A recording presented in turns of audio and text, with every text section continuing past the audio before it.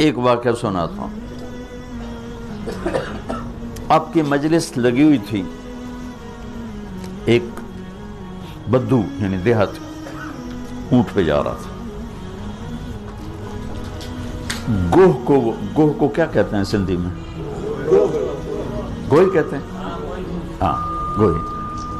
عرب جاہلیت میں گو کھاتے تھے، تو اس نے ایک ماری ہوئی تھی اور اس کو لے جا رہا تھا.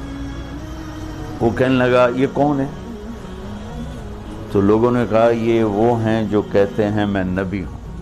تو اس نے اپنے اونٹ کو موڑا، گوہ کو رسی سے کھولا، مری ہوئی تھی، اور آپ کے سامنے ایسے پھینک دی.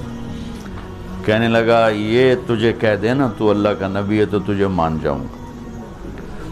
اور بڑا ایسے نا اکڑ کے کھڑا ہو گیا کہ مر جائے تو انسان نہیں بولتا تو جانور کہاں سے بولے گا، جانور تو زندہ نہیں بولتا ہے تو مردہ کہاں سے بولے. تو ایسے کھڑا اور وہ ایسے سر زمین پہ مردہ پڑی ہوئی ہے.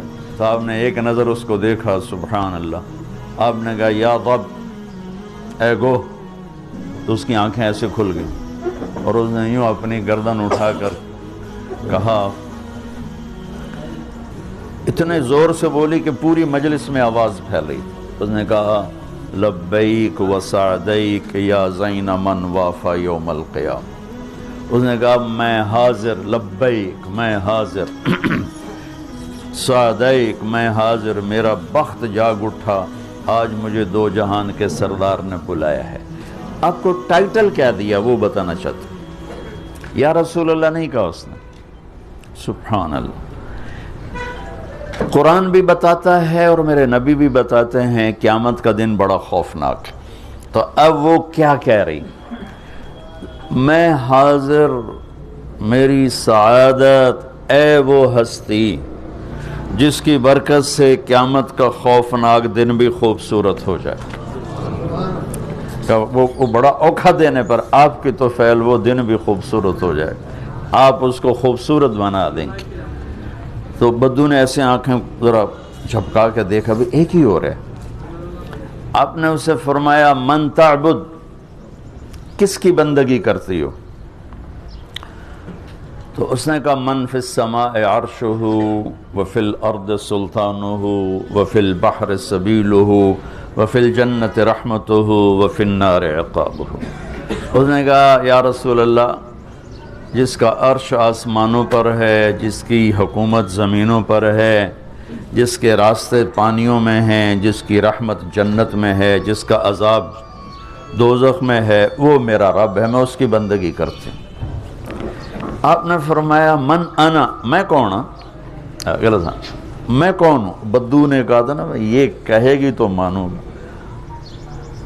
من انا، میرے بارے میں کیا کہتی ہو، میں کون ہوں؟ تو اس نے کہا انت رسول رب العالمین، آپ رب العالمین کے رسول ہیں.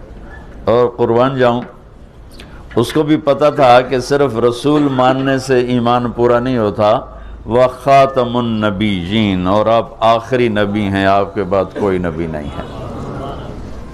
مہر لگائی ختم نبوت کی گوہ نے، وہ بھی مری ہوئی.